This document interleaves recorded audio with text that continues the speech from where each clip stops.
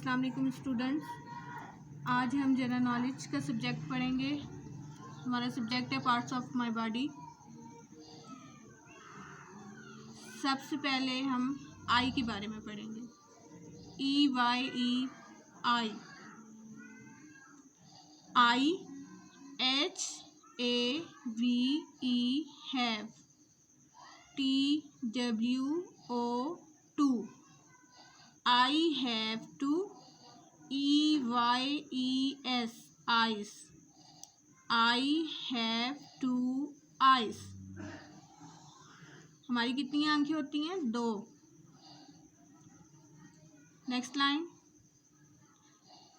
ISEECH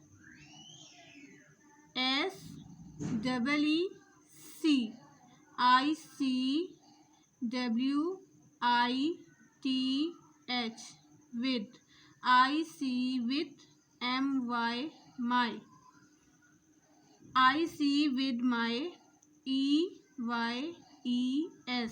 eyes I see with my eyes। हम किससे देखते हैं? अपनी आँखों से। एक दफ़ा और रीडिंग करेंगे। IHAVE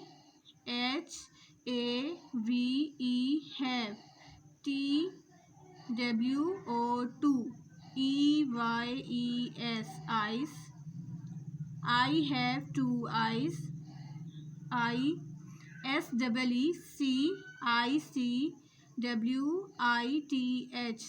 with I see with my EYES eyes I see with my eyes।